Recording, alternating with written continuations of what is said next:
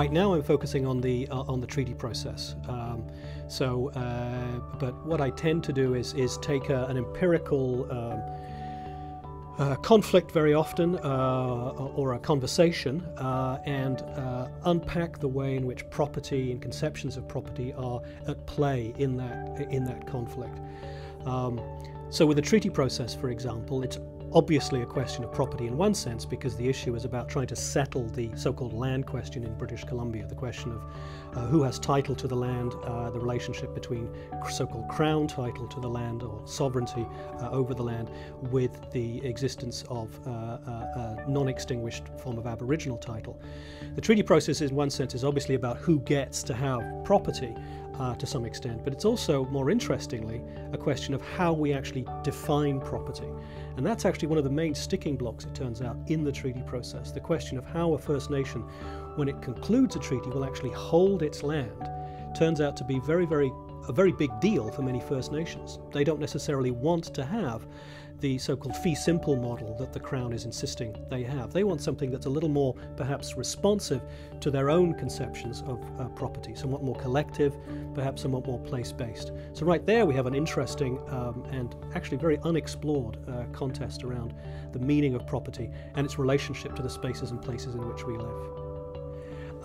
I used to teach long ago, when I first came to SFU, a first-year class in introductory geography class on world problems. So we would talk about things like overpopulation, global hunger, you know, the big picture stuff. In that class, what I would try and do, and this is something I try and do in my teaching more generally, is we would work through the concepts and try and understand some of the basic dynamics that are at play here. But then what I would try and do is encourage the students to step back a little bit and think more creatively and critically about the concept itself. The point being that we tend to think about concepts like hunger, for example, or property in a somewhat constrained and limited way. It's hard to think. It requires sort of physical exertion, if you like. We're also, I think, perhaps not encouraged to think more creatively and critically. You know, the media gives us a certain story and that's the easy one to go with.